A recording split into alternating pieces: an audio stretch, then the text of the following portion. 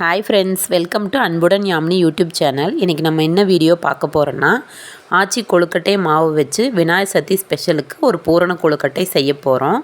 அதுக்கு தேவையான பொருட்கள் 2 கப் தேங்காய், 1/2 கப் பொட்டுக்கடலை மாவு, நெய் சிறிதளவு, வெல்லம் 1 கப், ஏலக்காய் 4, சிறிதளவு உப்பு. இதெல்லாம் நம்ம எடுத்துக்கலாம். இப்போ எப்படி செய்கிறதுன்னு வாங்க பார்க்கலாம். ஒரு மிக்ஸி ஜார் எடுத்துக்குவோம். அதில் கொழுக்கட்டை மாவு ஆட் பண்ணிக்கலாம். அது கூட சிறிதளவு உப்பு ஆட் பண்ணிக்கிறேன்.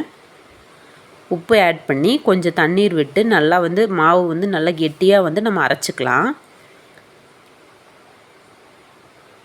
அளவாக தண்ணி சேர்த்தா போதும். இட்லி மாவு பத்தை விட கொஞ்சம் கெட்டியான பதத்துக்கே இருக்கட்டும் மாவு. இப்போ அரைச்சி எடுத்துக்கிட்டோம். ஒரு பாத்திரத்தில் அந்த அரைச்ச மாவை நம்ம சேர்த்திக்கலாம்.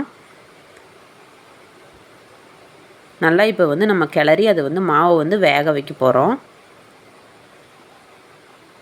இப்போ அது கூட நம்ம நெய் 1 டீஸ்பூன் ஆட் பண்ணிக்கலாம். நெய் எதுக்காக ஆட் பண்ணுறோம் அப்படின்னா, பாத்திரத்தில் மாவு கிளறும் போது நல்லா ஒட்டாமல் வரக்காக நம்ம ஆட் பண்ணிக்கிறோம்.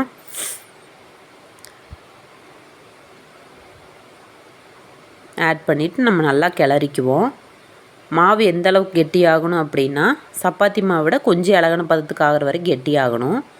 இப்போ மாவு நல்லா கெட்டியாயிடுச்சு. இப்போ அதை நம்ம ஓரமாக எடுத்து வச்சுக்கலாம். மாவு காயாமல் இருக்கிறதுக்கு ஒரு ஈரமான துணியை நான் போட்டு மூடி வைக்கிறேன். அதுக்கப்புறம் நம்ம பூரணம் எப்படி செய்கிறதுன்னு வாங்க பார்க்கலாம். ஒரு வாணலி வச்சு அதில் நம்ம 1 டீஸ்பூன் நெய் ஆட் பண்ணிக்கலாம்.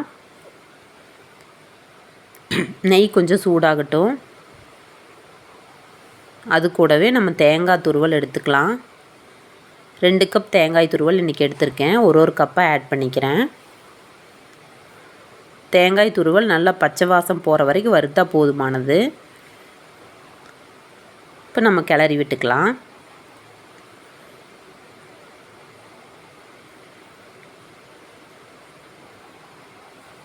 நல்லா கை விடாமல் கிளறுங்க. அப்போ தான் அடி பிடிக்காது. அது கூட நம்ம இப்போ வெல்லம் ஆட் பண்ணிக்கலாம்.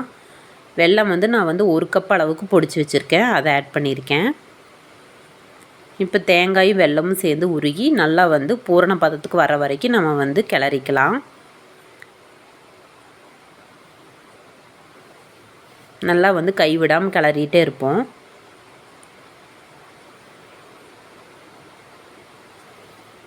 இப்போ வெல்லம் உருகி வரும்போது அந்த பூரணம் நம்மளுக்கு ரெடி ஆகும்.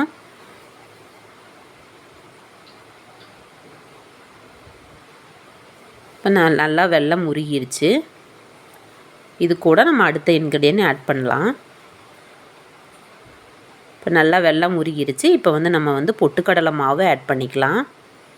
1/2 கப் பொட்டுக்கடலை மாவு எடுத்து வச்சுருக்கோம். அதை நம்ம ஆட் பண்ணிக்குவோம். பொட்டுக்கடலை மாவு ஆட் பண்ணதுக்கப்புறம் நல்லா கிளறி விட்டுக்கலாம்.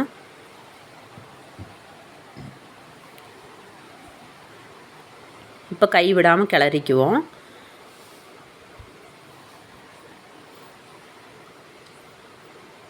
நல்லா கிளறி விட்டுக்கலாம்.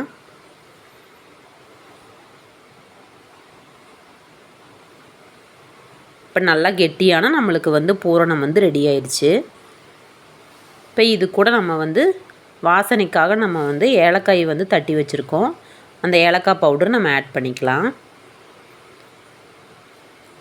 இப்போ நம்மளுக்கு பூரணம் ரெடி ஆயிடுச்சு.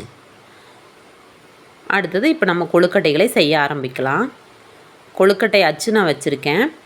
அதில் நம்ம மேல் மாவை நல்லா சப்பாத்திக்கு நல்லா நம்ம திரட்டுற மாதிரி நல்லா திரட்டி அந்த அச்சில் வச்சு இடையில நம்ம பூரணத்தை வச்சு நம்ம இப்போ கொழுக்கட்டை ரெடி பண்ணிக்கலாம். மேல் மாவு நல்லா திரட்டியிருக்கேன். அதில் அச்சில் வச்சு இப்போ நம்ம ஒரு சைடு நம்ம பூரணத்தை ஆட் பண்ணிக்கிறோம். இப்போ பூரணம் ஆட் பண்ணி நம்ம அழுத்தி எடுத்தால் நம்மளுக்கு அந்த எக்ஸ்ட்ரா இருக்கிற பீசஸ் எல்லாம் எடுத்தால் நம்மளுக்கு இப்போ வேக வைக்கிறதுக்கு ரெடியாக கொழுக்கட்டைகள் தயாராகிருச்சு. பார்க்குறதுக்கு நல்லா ஷேப்பாக அழகாக இருக்குது. இப்போ இதே மாதிரி நம்மளுக்கு தேவையான அளவுக்கு நம்ம கொழுக்கட்டைகளை ரெடி பண்ணிக்கலாம். இப்போ நம்ம வந்து ஒரு இட்லி பாத்திரத்தில் வேக வச்சு எடுத்தோம்னா நம்மளுக்கு சுவையான பூரண கொழுக்கட்டை ரெடி. ஒரு 15 நிமிஷம் வேக வச்சு எடுங்க. தேங்க்யூ.